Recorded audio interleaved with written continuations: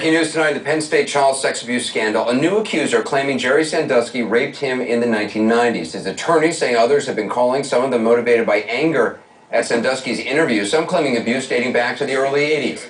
How credible any of the claims are, of course, remains to be seen, but if Sandusky turns out, in fact, to be a serial abuser, and that's a very big if at this point, there could be a lot more victims out there. Joining us now, criminal defense attorney Tom Mesereau, who successfully defended Michael Jackson from molestation charges. Tom, first of all, these new allegations, how does this complicate his defense?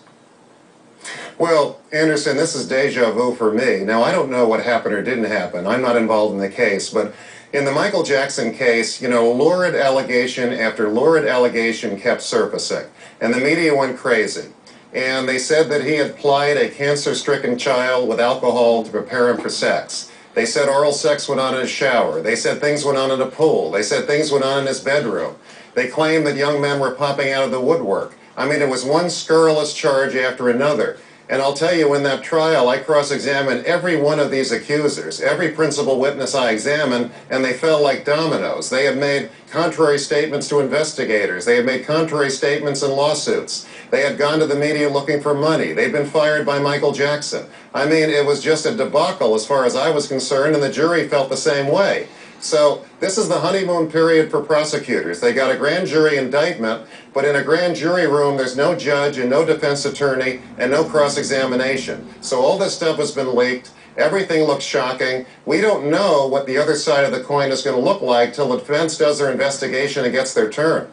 It's also important to point out, and other attorneys on this program pointed this out over the last several days, there have been instances in the past, the McMartin preschool, probably most famously incident, which I think was in the late 80s, early 90s, if my memory serves me, in which there was a huge mass hysteria, and ultimately there was nothing there.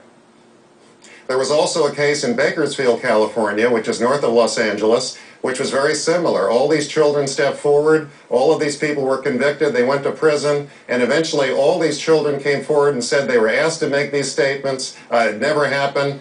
People were released, people were exonerated. You know, this is the mass hysteria time. This is the great time for the prosecution, but, you know, eventually defense investigation and defense strategy will catch up. I don't know what's going to happen, but you can't get too carried away with what's happening at this moment. It's an important thing to note. At the same time, though, you do have what we do know is that Jerry Sandusky has given an interview in which he has admitted showering with children.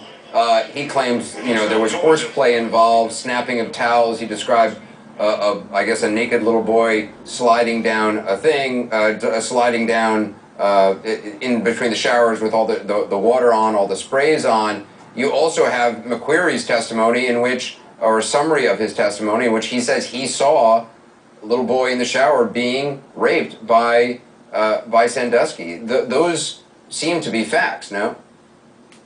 No, they're not necessarily facts at all. There was a disgruntled fired employee of Neverland Ranch who said that he saw Michael Jackson doing oral sex in a shower. And he was so discredited, they were practically laughing at him when the cross-examination was over. I mean, he bragged he was going to get a Mercedes from Jackson. He bragged he was going to get this. He made contrary statements to many people. I mean, you don't know what the flip side of this is. Again, I don't know what happened, but it's easy to make an allegation, and it's easy to jump on the bandwagon when everybody's coming out with shocking testimony. I mean, why is everybody getting a lawyer, and why is everybody coming out at this late date? I assume they want lawyers because they're planning civil lawsuits. How do you know these people weren't contacted by the lawyers who said, you can make a lot of money, you know, hook up with me, and let's jump in front of the media? I'm not saying this is what's happening. I'm saying it's a possibility. Do you think Sandusky's made a mistake in giving an interview? Do you think his lawyer made a mistake in giving interviews?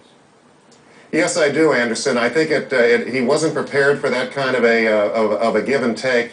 I think it's very dangerous to have your client make statements, but if the client's going to do it at this stage, it should be a prepared statement, not a give and take with a skilled journalist. I think he looked bad. I don't think he quite knew how to cope with the situation, and I don't think it helped him at all. But, you know, it's interesting. You say not with a skilled, you know, interviewer. It's not as if he was being asked gotcha, whatever a gotcha question is, but it's not as if he was being asked surprise questions. I mean, he was asked very basic questions like, are you a pedophile? Do you find children sexually attractive? And his answers certainly seem to raise more eyebrows than they settle. Well, he's got to be a nervous wreck at this point. I can't imagine this guy even sleeping at night. I just don't think he was prepared for that kind of a forum. And I'll tell you, I can already see where the defense is going with a lot of this. They're going to say he's been on a college campus his whole life dealing with young people. He's a jock at heart. That's been his career. He's dealt with, huge locker rooms where horsing around goes on, big showers. They're going to analogize it to a camp for boys where, the counselors take care of these young men, get them into the shower, keep them supervised. I mean, they're going to say that all of this happened, but it never went to the level of sex. That's going to be the defense, I believe. Tom Mesereau, appreciate your perspective. Thank you. Thank you. Coming up, hundreds of people arrested